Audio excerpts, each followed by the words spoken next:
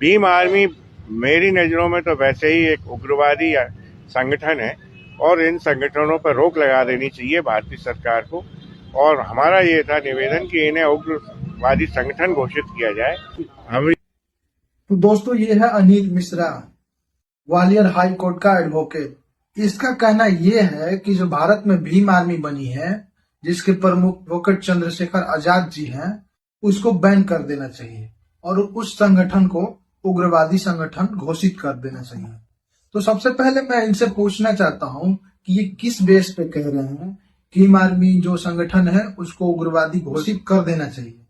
कहने का अर्थ ये है कि वो संगठन ना ही किसी के ऊपर शोषण करता है, ना ही किसी को जातीय भेदभाव से तौलता है। तो ये किस बेस पे आखिर कह रहा है कि भीम आर्मी संगठन को बंद कर देना चाहिए।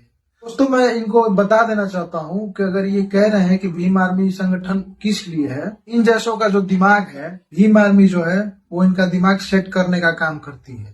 दोस्तों, कुछ दिन पहले ये अपने चेले चपाटियों के साथ मिल करके और सड़क पे प्रदर्शन कर रहा था, बाबा साहब अम्बेडकर का फोटो जला रहा था और ये नारेबाजी कर रहा था। उसमें ये कह रहा था कि बाबा साहब अम्बेडकर जो है संविधान के लेखक नहीं है, संविधान के रचयिता नहीं है, और ये BN राव को संविधान का लेखक कह रहा था। आगे और भी देखिए इस वीडियो में क्या कह रहे हैं। देने के लिए और ज्ञापन इस तारतम्य में दिया गया था कि जो खनिया दाना में एक मामला हुआ रिसेंटली, जिसमें मनुस्मृति को जलाया गया, शासकीय कर्मचारियों पुलिस की मौजूदगी में जलाया गया और वहां पे कोई कार्रवाई नहीं की गई। जब दोस्तों, ये कह रहा है कि मनुस्मृति को जलाया गया और जलाया गया वहां पे जहां पे पुलिस अधिकारी भी मौजूद थे।